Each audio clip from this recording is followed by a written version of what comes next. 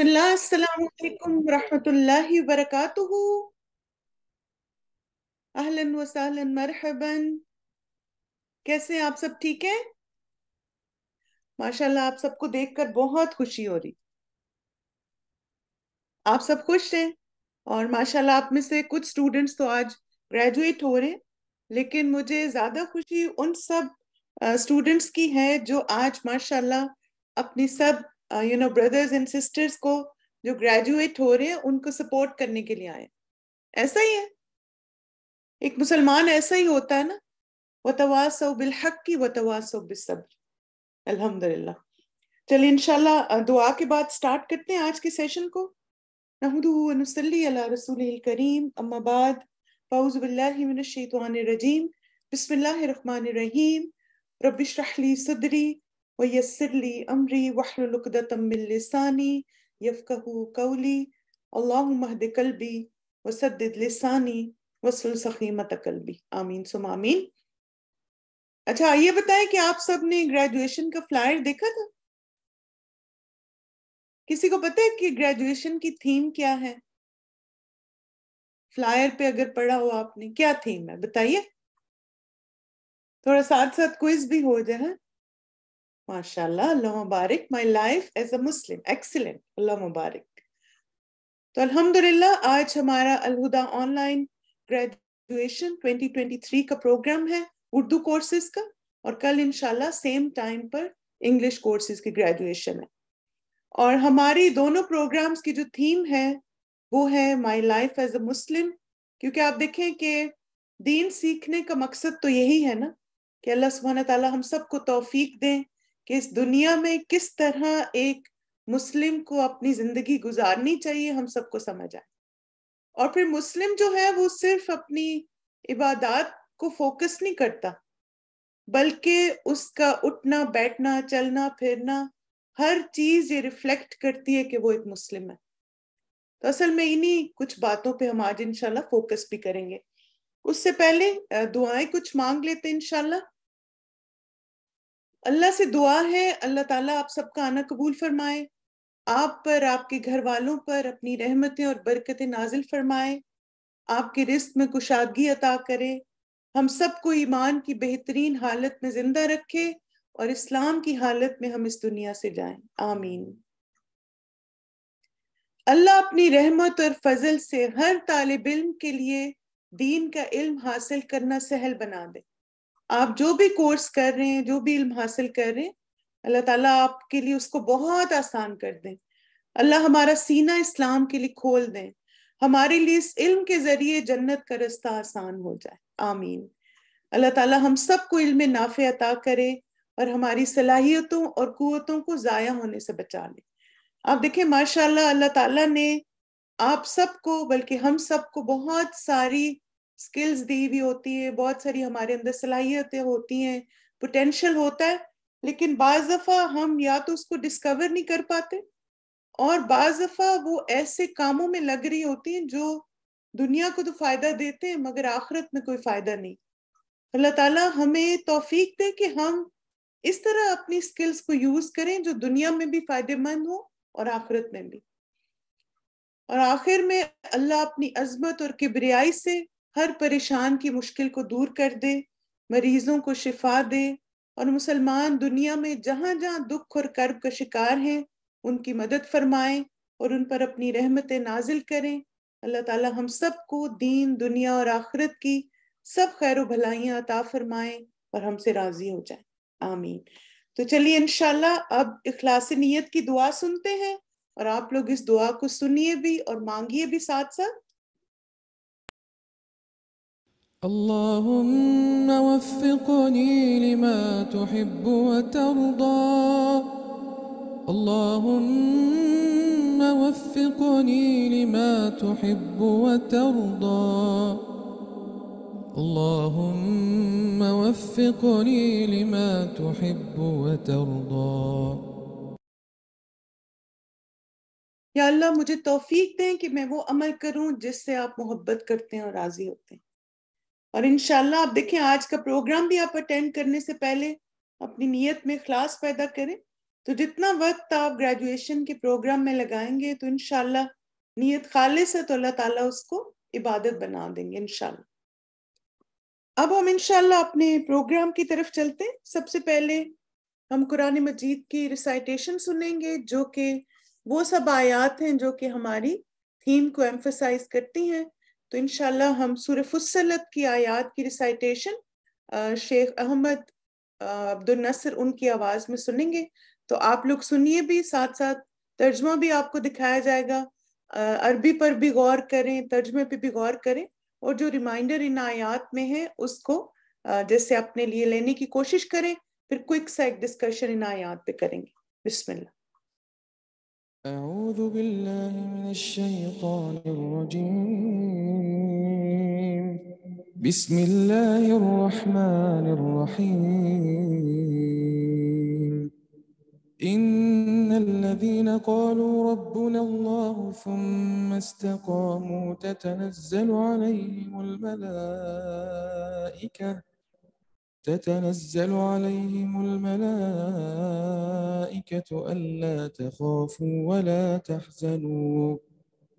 ألا تخافوا ولا تحزنوا وأبشروا بالجنة التي كنتم توعدون نحن أولياؤكم في الحياة الدنيا وفي الآخرة وَلَكُمْ فِيهَا مَا تَشْتَهِي أَنفُسُكُمْ وَلَكُمْ فِيهَا مَا تَدَّعُونَ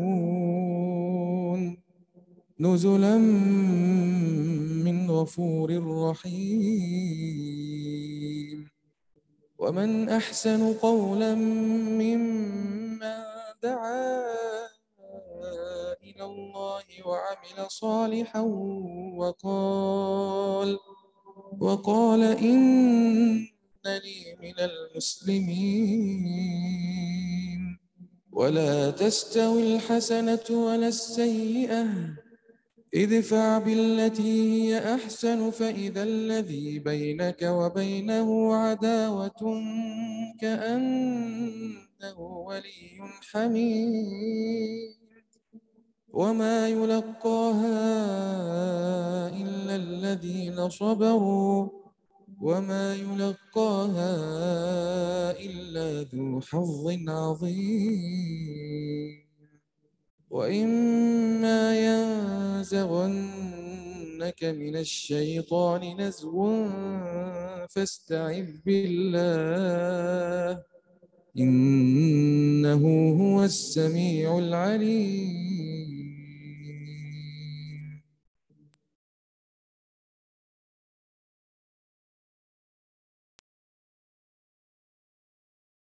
اعوذ باللہ من الشیطان الرجیم، بسم اللہ الرحمن الرحیم۔ آپ نے آیات پہ غور کیا؟ الحمدللہ، بہت ہی خوبصورت آیات ہیں، بہت ہی زبردست ریمائنڈرز ان آیات میں۔ پہلی آیت نمبر 30 میں اللہ سبحانہ تعالیٰ فرماتے ہیں ان الذین قالوا ربنا اللہ ثم استقاموا تتنزل علیہم الملائکہ الا تخافوا ولا تحزنوا وَأَبْشِرُوا بِالْجَنَّةِ الَّتِي كُنْتُمْ تُوعَدُونَ۔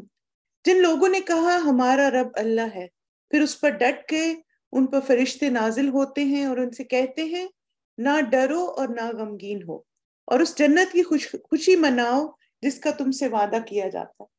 اب دیکھیے، سب سے پہلی جو بات اس میں کہی جا رہی ہے وہ کیا ہے کہ وہ لوگ جو کیا کہتے ہیں، یعنی ایک اسپیشل بات ہے ان لوگوں کے بارے میں کہ وہ کہتے ہیں کہ اللہ ہمارا رب ہے، اور پھر اس پہ وہ جم جاتے ہیں۔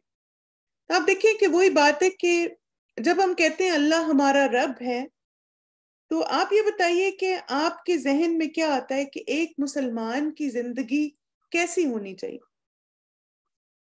یعنی جو یہ کہتا ہے ربنا اللہ، تو اس کی لائف کیسی ہوتی ہے؟ وہ کس طرح اپنی لائف کو گزارتا ہے، کس طرح اس کو ریفلیکٹ کرتا ہے اپنے عمل سے، اخلاق سے، کردار سے؟ شاباش، تقوی والی ہوتی ہے، مکمل اطاعت والی زندگی، توکل ہوتا ہے، اللہ کے بتائے ہوئے طریقے کے مطابق وہ فیصلے کرتا ہے، زندگی گزارتا ہے، ماشاءاللہ۔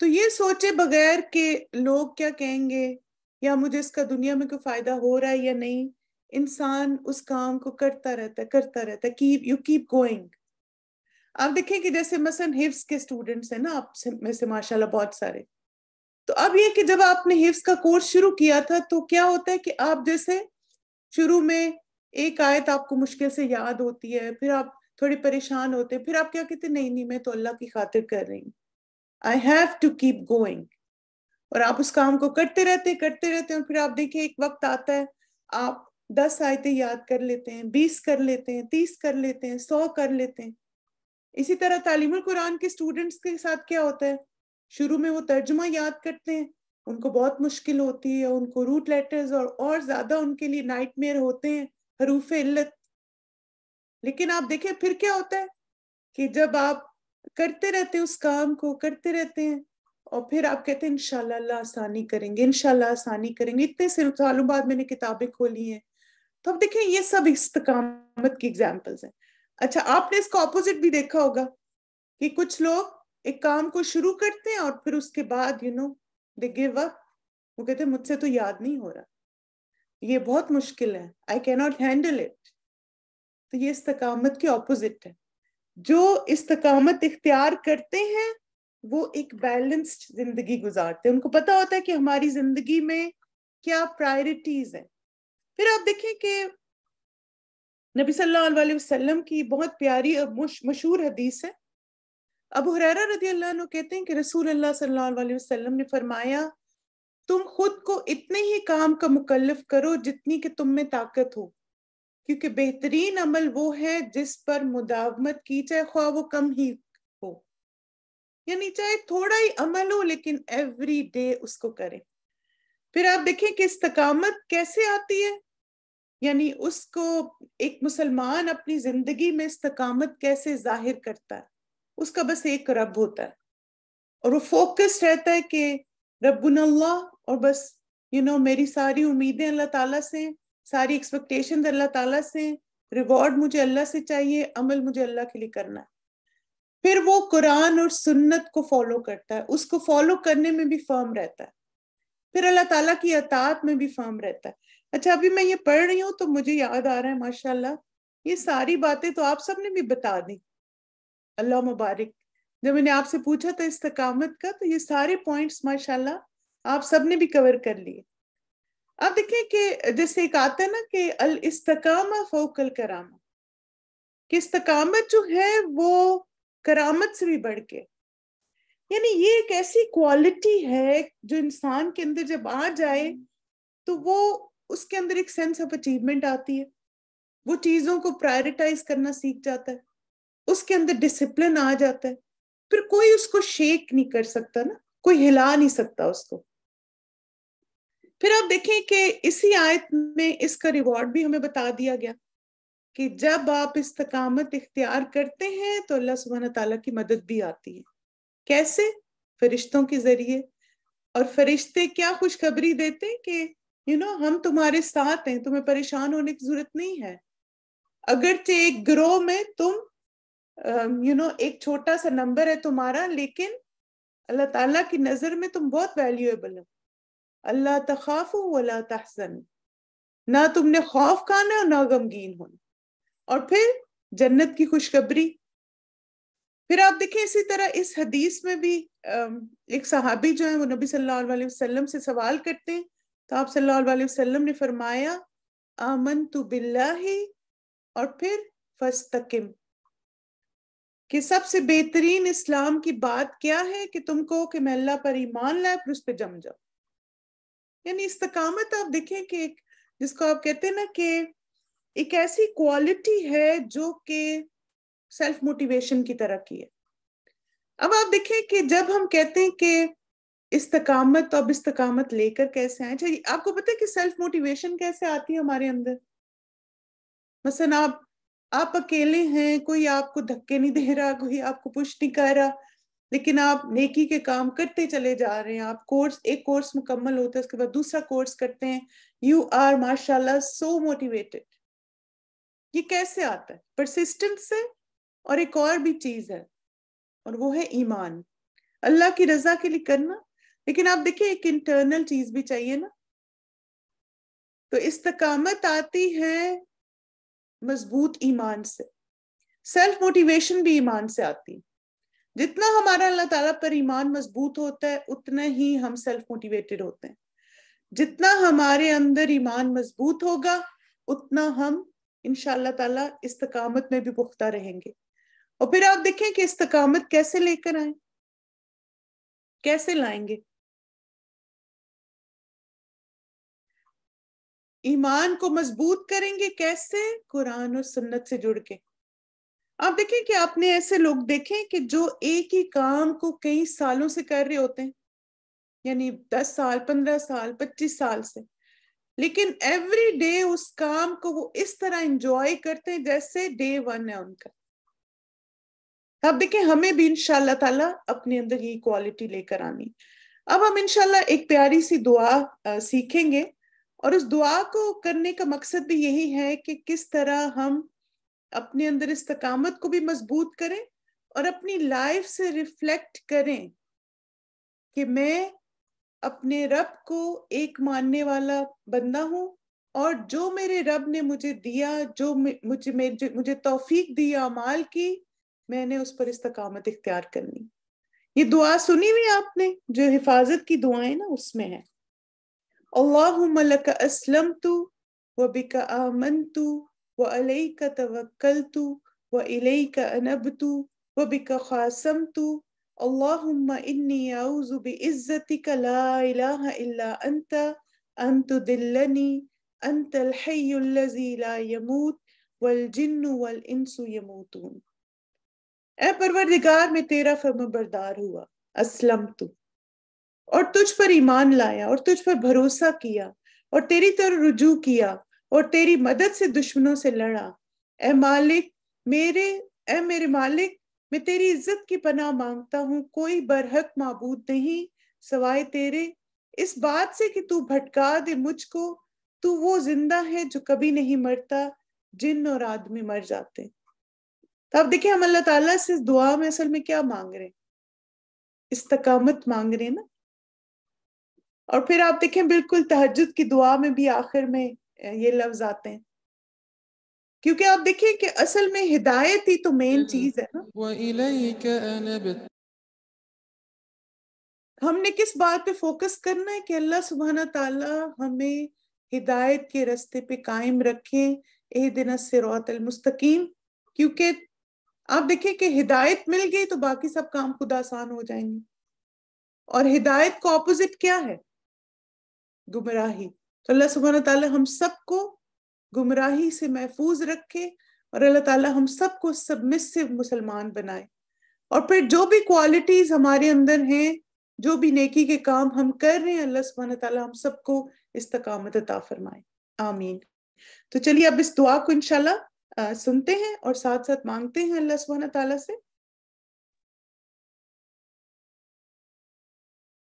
اللهم لك أسلمت وبك آمنت وعليك توكلت وإليك أنبت وبك خاصمت اللهم إني أعوذ بعزتك لا إله إلا أنت أن تضلني أنت الحي الذي لا يموت أنت الحي الذي لا يموت والجن والإنس يموتون